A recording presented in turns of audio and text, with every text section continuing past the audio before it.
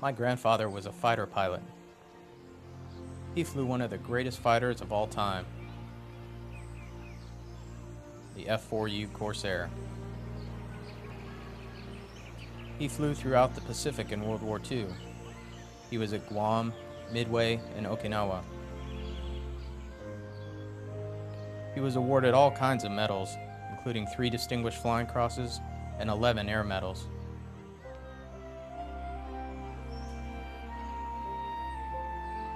When I was a kid, I thought he must have won the war all by himself.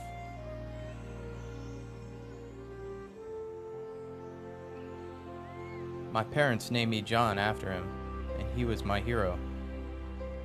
And when I grew up, I wanted to be a fighter pilot, just like my grandpa. Otter 1, clear for takeoff, unrestricted climb to flight level 250, then as filed. See you guys in a couple of minutes. Otter 1, England Tower, have fun at Red Flag, Otter 1, and good luck at Las Vegas.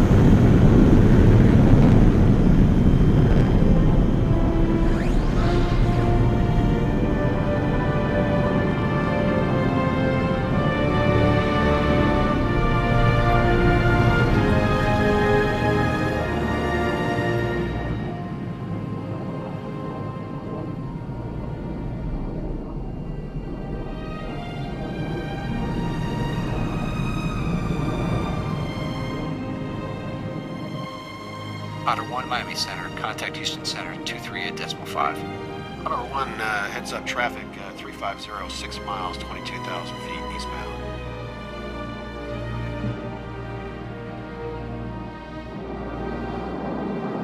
Miami Center, Otter 1, with you level 250. Otter 1, Miami Center, radar contact, maintain flight level 250.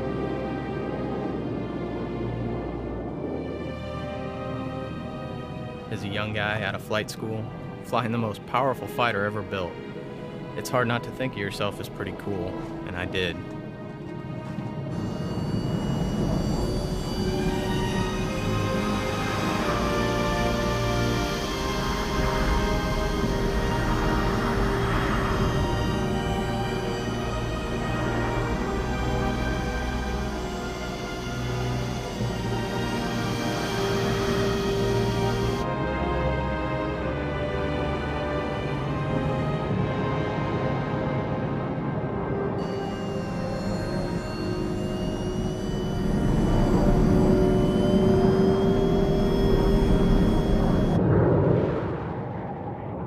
My squadron went to Nellis for my first red flag.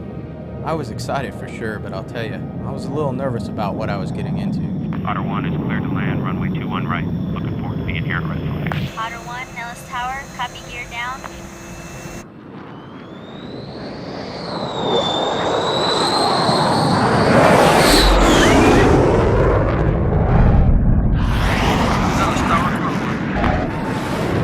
Nellis Tower, Chaco 1-1. Number 1 with the gear. Welcome to Vegas, boys. Chaco 3-1, base gear to stop right. Welcome to Nellis.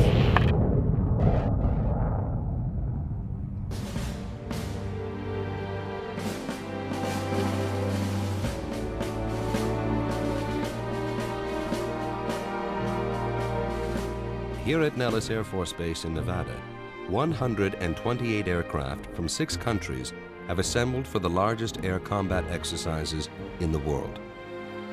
For the next 14 days, these aircraft and their crews will undertake a simulated air war. For many, it will be the final tune-up before they go into actual combat. They call it Red Flag. Cut!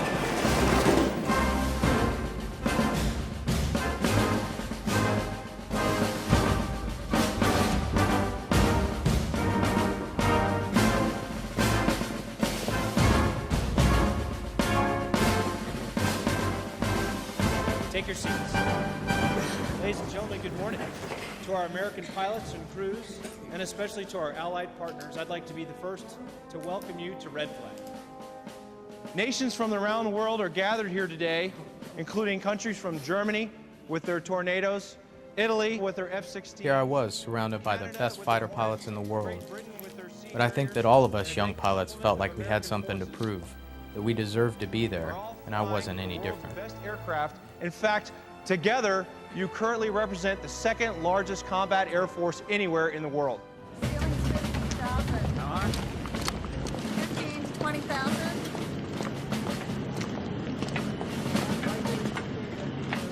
On the first morning of Red Flag, the Nellis flight line prepares to launch an enormous international armada of aircraft, all in about 20 minutes. There are 22 F-15 Eagles, representing 4 American squadrons. They are considered by many to be the greatest fighter aircraft ever built. The Germans have brought 8 of their European-built Tornadoes. The Canadians, the multi-role F-18 Hornet arriving from Alberta in Quebec. The British Royal Navy has flown in their famous Harrier jump jets. Iron 3-1 information Alpha is current, runway 3 left. Okay, lass mir die Karte nehmen. Jawohl.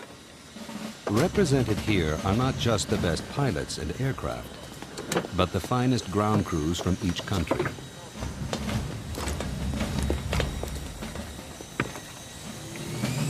How do you hear me?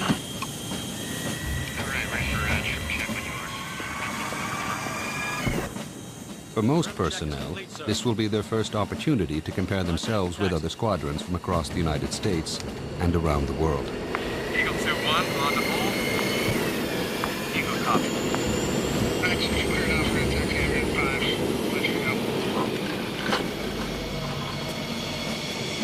Sniper 1 confirmed.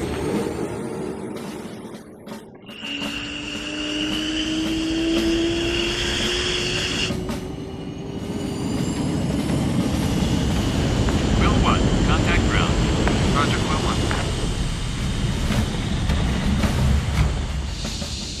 Nellis Tower, Iron 3-1, runway 3 left.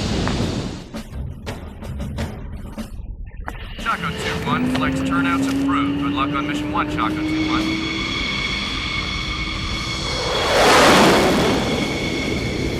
Nellis Tower, Iron 1-1, roger, thanks.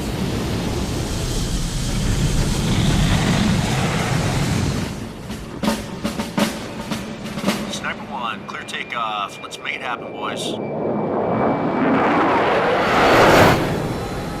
Bandsaw Nellis Tower, you're cleared for takeoff.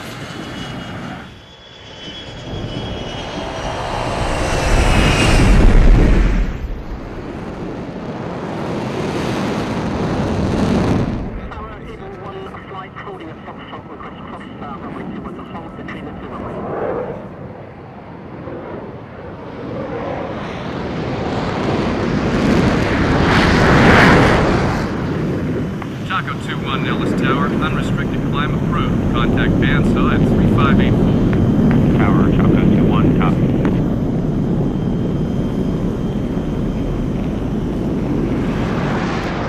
It has long been known that if fighter pilots could survive their first 10 combat missions, their chances of surviving throughout their careers improves dramatically. Lass uns den Check machen. Ein, zwei, Red Flag was created to provide those first 10 missions, and they make it as real as humanly possible. What is about to happen is considered by pilots to be more challenging and dangerous than war itself. Salt 1 as frag. Controllo operativo e radio. 1, 2, 3, 4. Ok, les gars, on va faire la vérification de la radio. 1, 2, 3. A ghostly B-2 heavy bomber floats toward the battlefield. Their job is to destroy the ground-based missile launchers before the enemy is even aware of the coming battle. A pair of stealth F-117s follow close behind. B-1s have arrived from an undisclosed distant location to provide additional bomber support if necessary.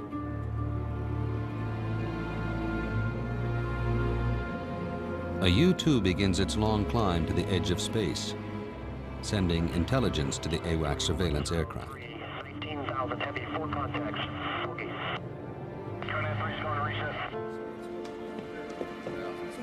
On board the AWACS is Air Boss Major Rob Novotny. He will monitor the air war about to take place. AWACS crews use inputs from space systems and radar to understand the battle situation. Each aircraft broadcasts real-time telemetry that appears as three-dimensional imagery on board the AWACS.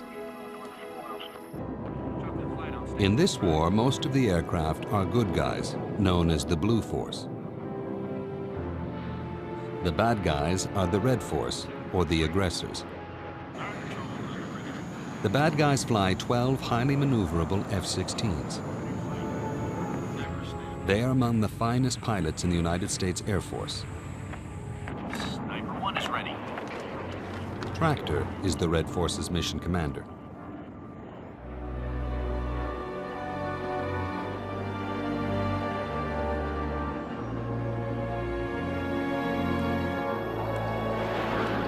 For most of the pilots, red flag is their first taste of an air battle on a massive scale. There is no other way to prepare air crews for the real thing in all its precision, complexity, and finally, chaos. Great, and Viper's checked in as well, correct? Yeah. Talk to me about the strike package here. What are you showing? We've got the Viper Flight of 2 established in the north. Right. Eagle Flight established in the south. The green guys right there, are those the Canadians? Again, we got Canadians or the orange guys up to the north. I thought the British were the orange guys and the green guys were the Canadians. Is that we had checked? Negative. British are green, Canadians are orange. Okay, you're saying.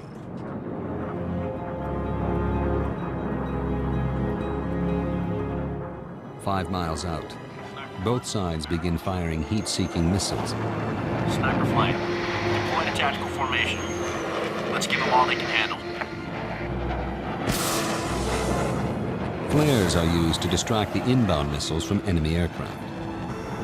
Chaco flight, commit. Group bullseye 3302. Lights on Chaco, copies.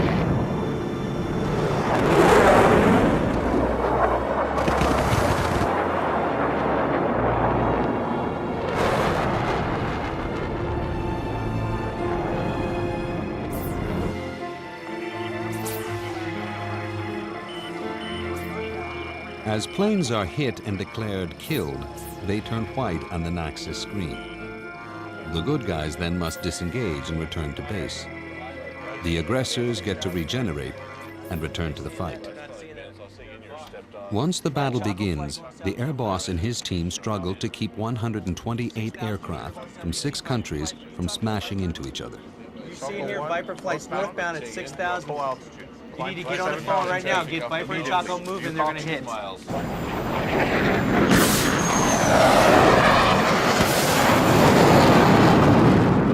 2 miles in closing.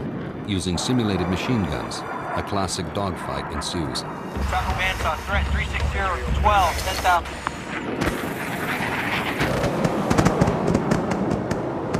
Sniper 1's Tally 2 ship, off my nose.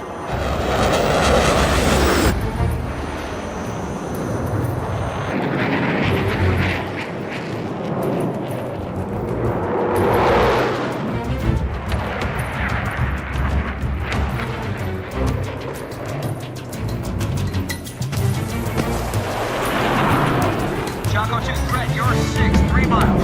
Hostile.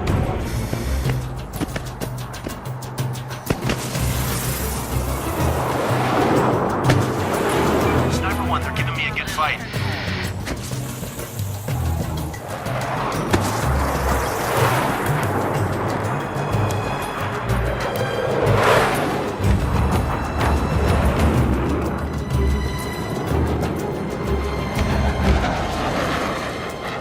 Chaco 2, what's your status?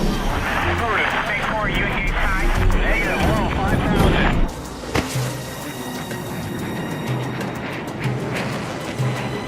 Chaco 2 is defensive. Chaco 2 is Tally 1. Break left. Good try, but not good enough.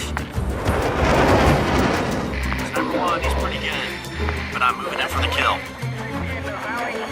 Chaco 2 is eastbound defensive.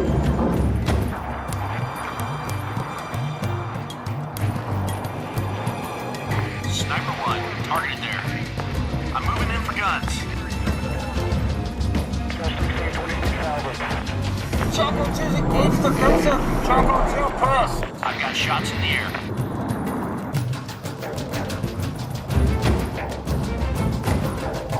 Chaco 2-1, keep the turn going. Command.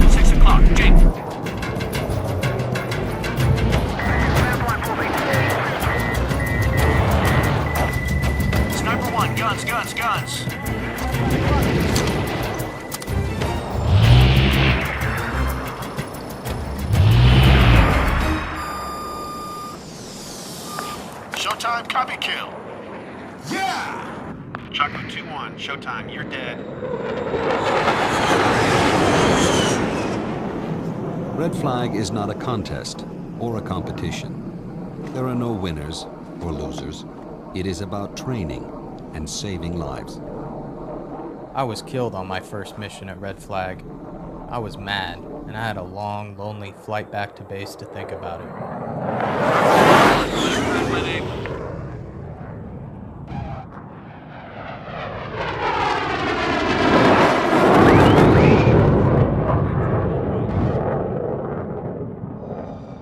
The commanders walk a very fine line. In order to save lives in real combat, they are forced to take very real risks in training. They are pushing the limits in a controlled environment. However, what I want to do is not talk about the ingress routes. I want to talk about instead a near mid-air collision that we had up here in the EC West area. Choco 1 flight, you briefed us earlier today that you were going to maintain your route unless you deviated up here to the north. Nobody knew about it because you failed to communicate your change in flight path. As a result of that, 8 people nearly lost their lives today at Red Flag. Don't let it happen again. The range restrictions for today's sortie remain unchanged. EC East West, the 70 series ranges, you're cleared supersonic down. My fears of screwing up single-handedly were largely unfounded. We all made mistakes, and we knew we had to fix them if we wanted to get through the next 2 weeks. Of its intentional or unintentional. In modern warfare, these pilots will have the most to fear from the ground below. Surface-to-air missiles, fired from every conceivable platform, have proliferated by the millions worldwide. Here we have the SA-13, and this radar is the snapshot radar. Next to, on the other side, we have They call it the Threat Center. Equipped entirely with enemy weapons, it is based on the same principle used in science museums. If visitors can get their hands on the exhibits, it's a more effective learning experience. You have one that does the driving, you have a second one up at the top that operates a 90mm gun. Pilots call it the petting zoo. Some guys got a big kick out of it and would go back and play around again and again. But I didn't see much value in it, at least at the time. It has a vertical range of 49,000 feet and a horizontal range of about 69,000 feet. It fires 15 rounds per minute, each round weighing about 30. I don't think we appreciated the efforts of the intelligence people as much as we should have. It's not until much later, when the missiles start flying around your ears, and you think, I should have listened a little more when they were talking about this stuff. Well, it's cannons. Now you have the gunner sitting in the front and the pilot behind him. The gunner is responsible for all the weapons. The only weapon that the pilot can control is the front gun.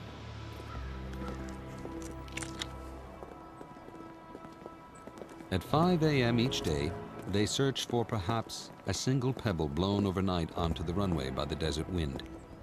One tiny pebble that otherwise might get sucked into an aircraft's engine.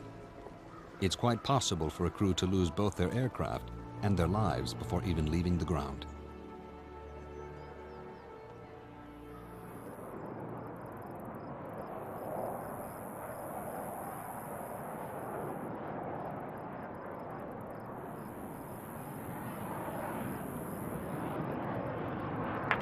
Choco flight in from the south. Low, searching.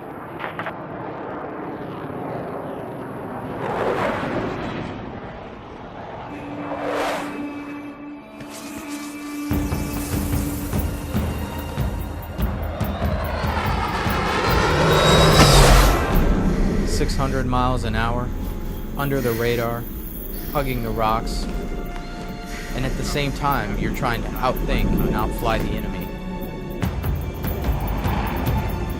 Make a mistake down low, smack right into the rocks.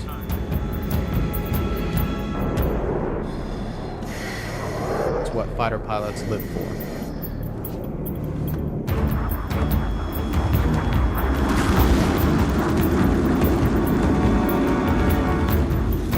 Radar contact. Enemy forces 10 miles south.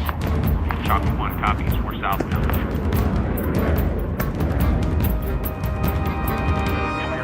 You got Eagle 1 and 2 involved in this low altitude fight, is that right? Yes, sir. Those are ours. Are they getting some help from the north? Yes, sir. Seems like they're coming in from the north. Okay, we need to make sure you get that information in there quick. Right away, sir. Looks like he needs some help. Chaco 1 and 2 in from the north. Chaco 2, Tally 2, left 10 o'clock, 3 miles.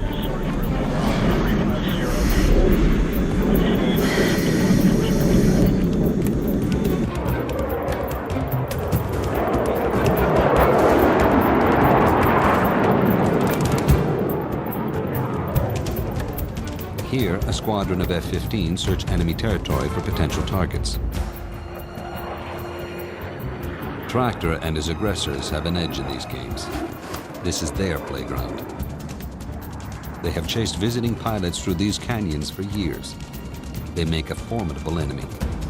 Sniper flight. Most kills wins. Let's go.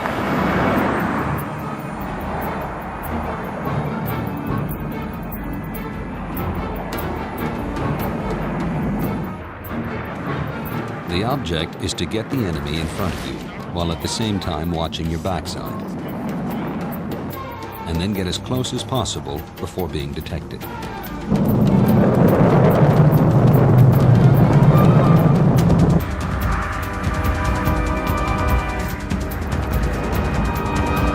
Possible mix. Taco 1's engaged. I'm taking it low.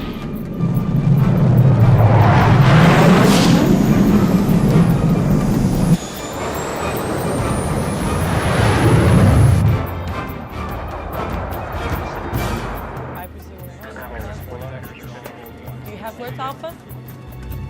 Cowboy 1-1 with a golf. The pilot in front has few options.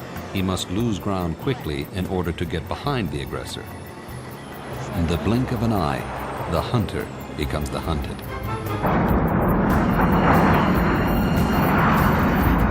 Naval missiles, bandit flaring. Target 1 snapped. Sniper 2 spiked. They're targeting me.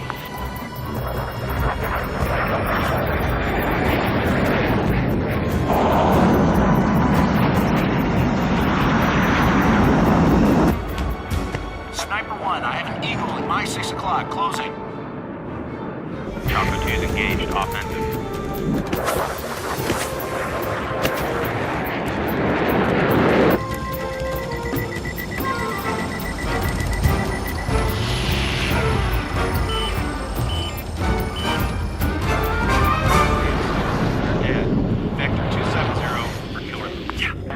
Chaco, nice move.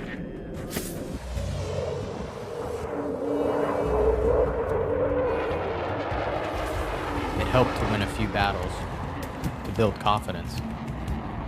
But it became less about keeping individual scores, and more about a successful overall mission. Shooting down the bad guys is extremely important, but it's just a small part of the greater objective. If the bombs don't hit their targets, none of us has accomplished our mission.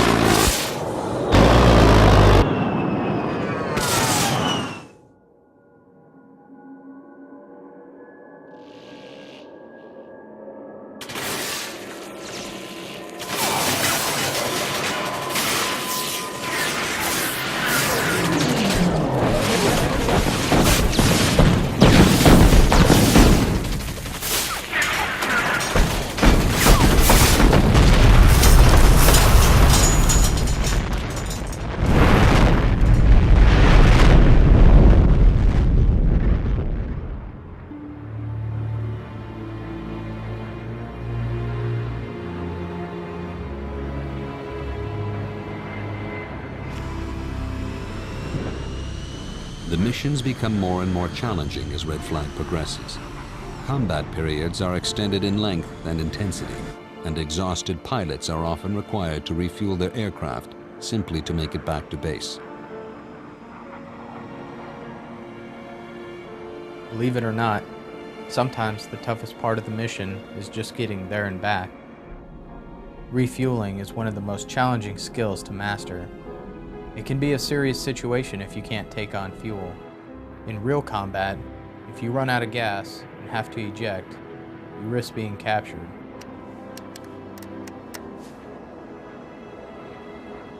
War 1, stabilize ready. Hammer 1 looking for 100,000 pounds. Red 5-1, clear to contact. Roger. Red 5-1, contact. There is no margin for error. If a pilot takes too long connecting with the fuel boom, he or she may endanger the lives of pilots at the end of the line.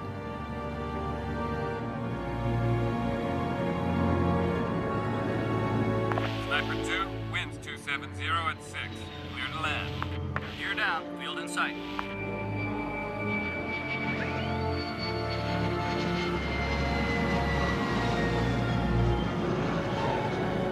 Four flight, short final, clear to land.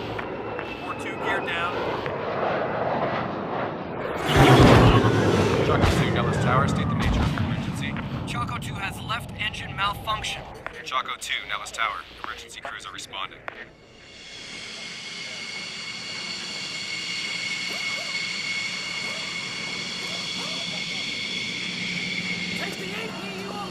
Low-level flying is particularly hard on fighter aircraft. Engines suck in dust and even birds.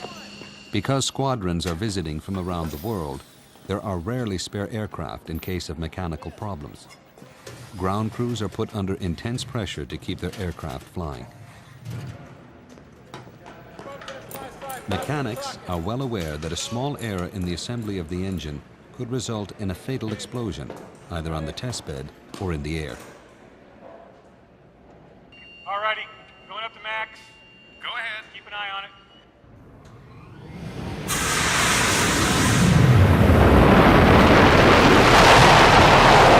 Alright, going out, board.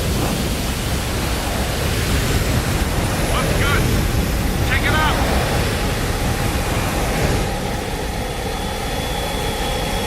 Alright, you're back. We got back.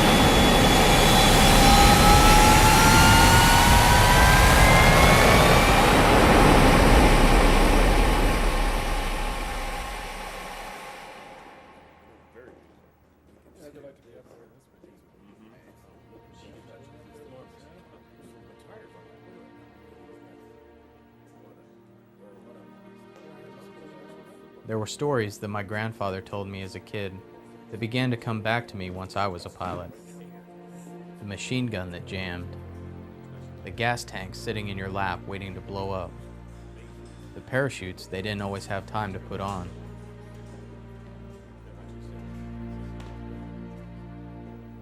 I remember he said they were more proud of the bullet holes in their aircraft than they were of their medals.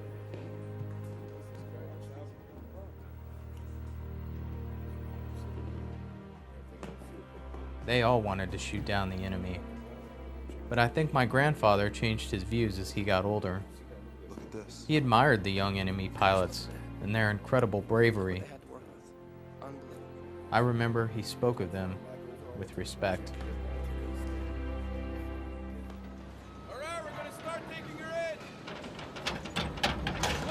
After 22 hours of hard work, an F-15's engine is readied for the next mission. At Red Flag, they seek to exceed the intensity of a combat environment, not just for the pilots, but for the mechanics and ground crews as well. It is difficult enough to turn out a perfect aircraft at the best of times. To do so in wartime, when rushed, exhausted, and under fire, is an art form like no other. Today is the halfway point at Red Flag. However, we all know that planned missions are easy ones. And this mission today is not planned. From my own personal combat experiences and those of us at the Red Flag staff, I can tell you it's the unplanned missions that are the most dangerous ones. And that's why we've added this mission to the Red Flag course.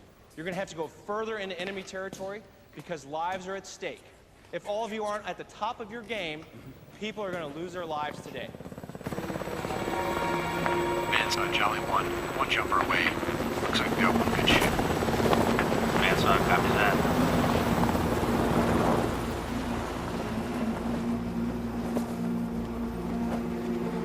Ladies and gentlemen, I've just been told that we've lost an aircraft and we have a pilot on the ground.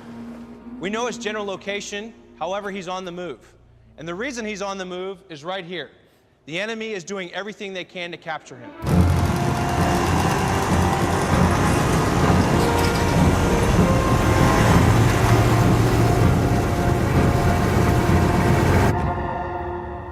They give you no warning whatsoever for this exercise. You have nothing except what you would normally carry in the aircraft's ejection seat. Water, flares, radio, and makeup.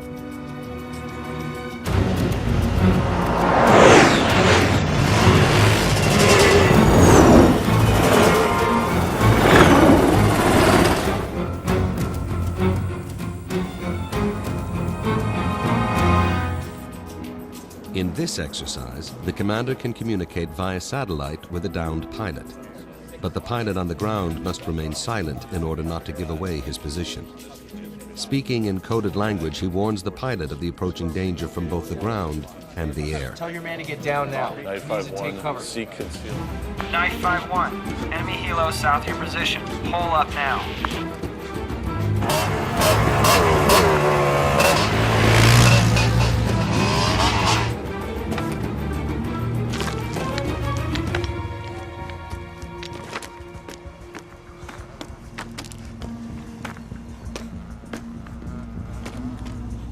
First thing is to hope and pray that the enemy doesn't know about you in the first place.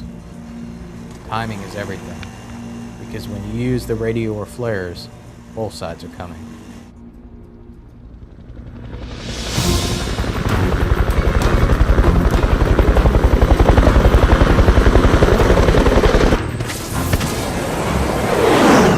Snake 2-4 egressing north, abort the capture.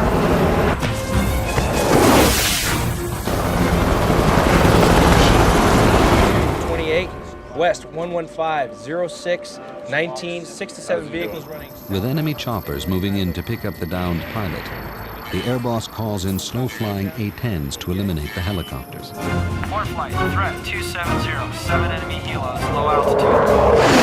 Engage.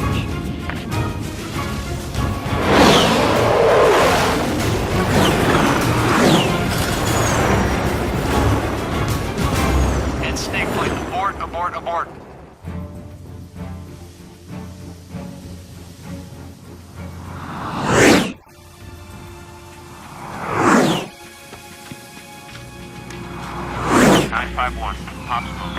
Landing zone is clear.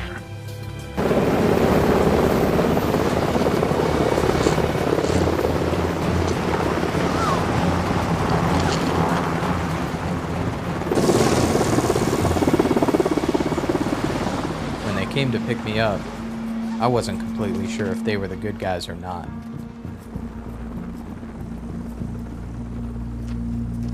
To the search and rescue team, the man on the ground might not be a friendly at all. He could be wearing a stolen uniform and have a bomb strapped to his body. He will be treated like the enemy until he proves otherwise.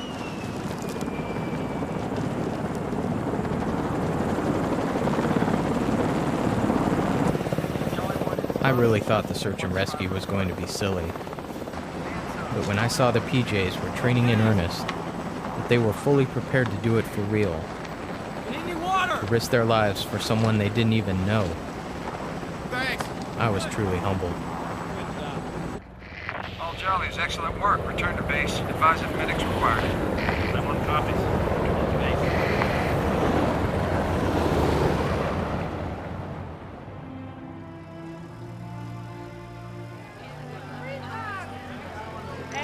Throughout Red Flag, I began to appreciate the idea that I was part of a team, that everyone's role was just as important as mine.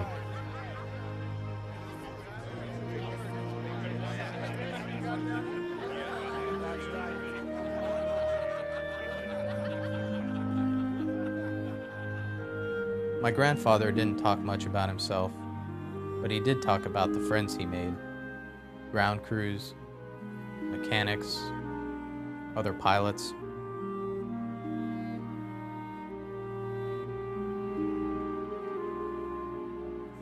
One of his best friends was a Corsair pilot killed in a training accident, and I know it bothered him for the rest of his life.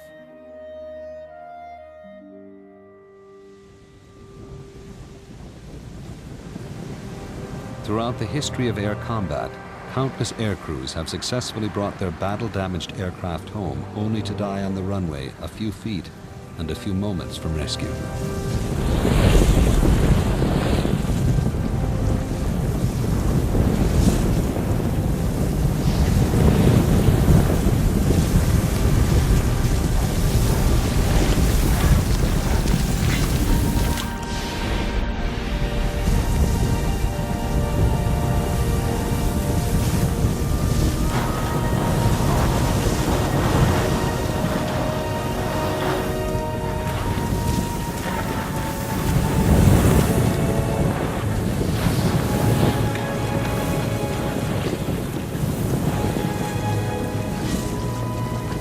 Many of us have lost friends in accidents. It's a lot safer than it used to be, but it's still a dangerous business. There are crews at Red Flag that you want coming in after you if you're stuck in a burning plane. People not much concerned for their own safety who will get you out of there no matter what. Go ahead.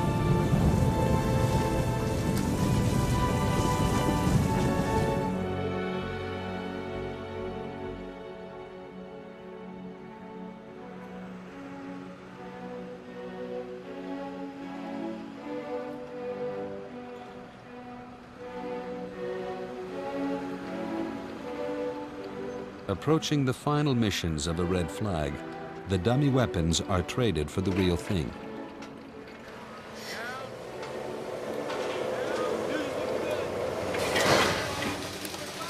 In a single overnight shift, hundreds of live bombs are prepared for the next day's operation. Again, there is pressure to perform as would be expected in a combat environment.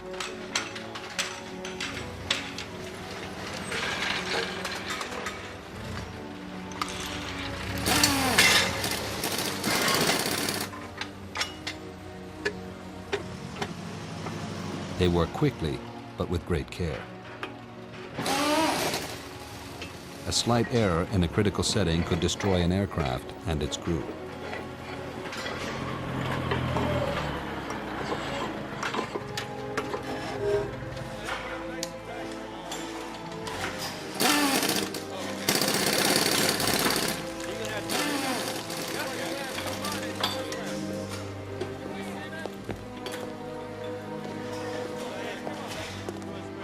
There are risks for the bomb builders as well. They work deep in the bottom of a canyon miles from the base in the event that something does go wrong.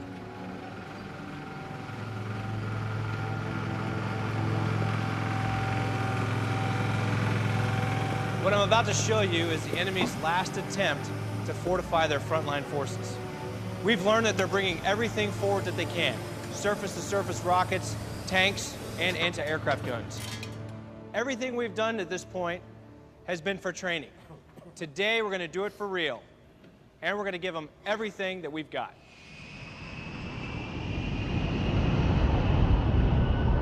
In a real war, the vast majority of flights are undertaken not by fighters and bombers, but by transport and tanker aircraft.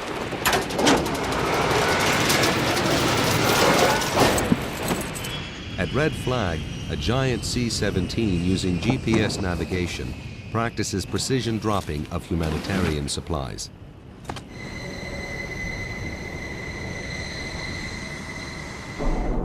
Bandsaw, Chocolate Flight on station. Strike package inbound. Picture clean. With the weapons we have today, hitting anything but the intended target is the worst thing a pilot can possibly do.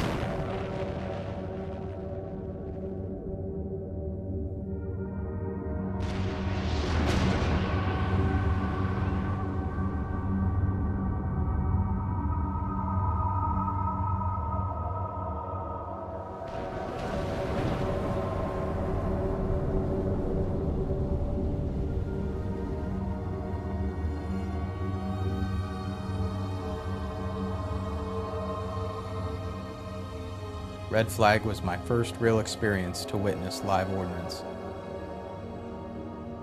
and it was sobering indeed. Choco flight, targets destroyed, 10 minutes fuel remaining. Hands on copies. 7 or 8, and it looks like the southern target strike flight was successful with them. So Good we got striking everything. run from them. Looks like we got it all. We got it all. Yeah. Okay. Good work. And the eastern, western target, no problem there. Let's bring him home. Hands up, War 1. Targets hit, but bingo fuel. War flight, roger. Return to base. Choco flights, return into base. Going in, I thought Red Flag was a chance to prove myself. Then it became all about pulling off a good mission, and there was a lot of personal satisfaction in that.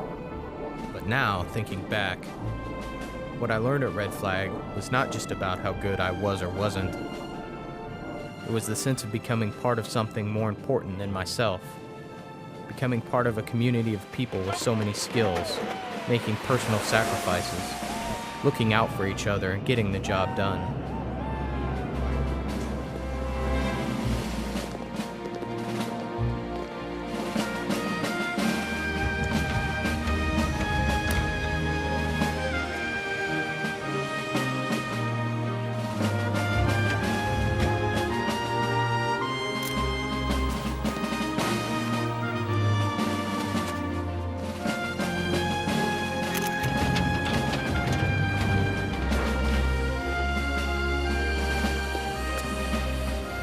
I made friends with pilots and crews from all over the states and around the world.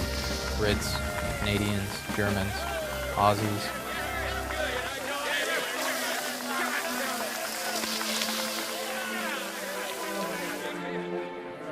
It was a wonderful experience, and I'll remember it as long as I live.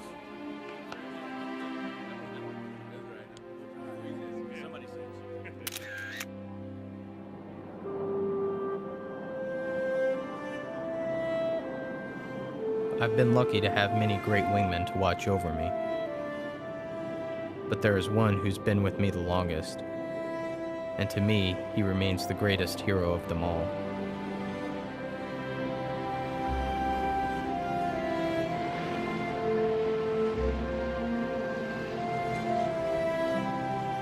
My grandfather said that being a fighter pilot was the best job on earth.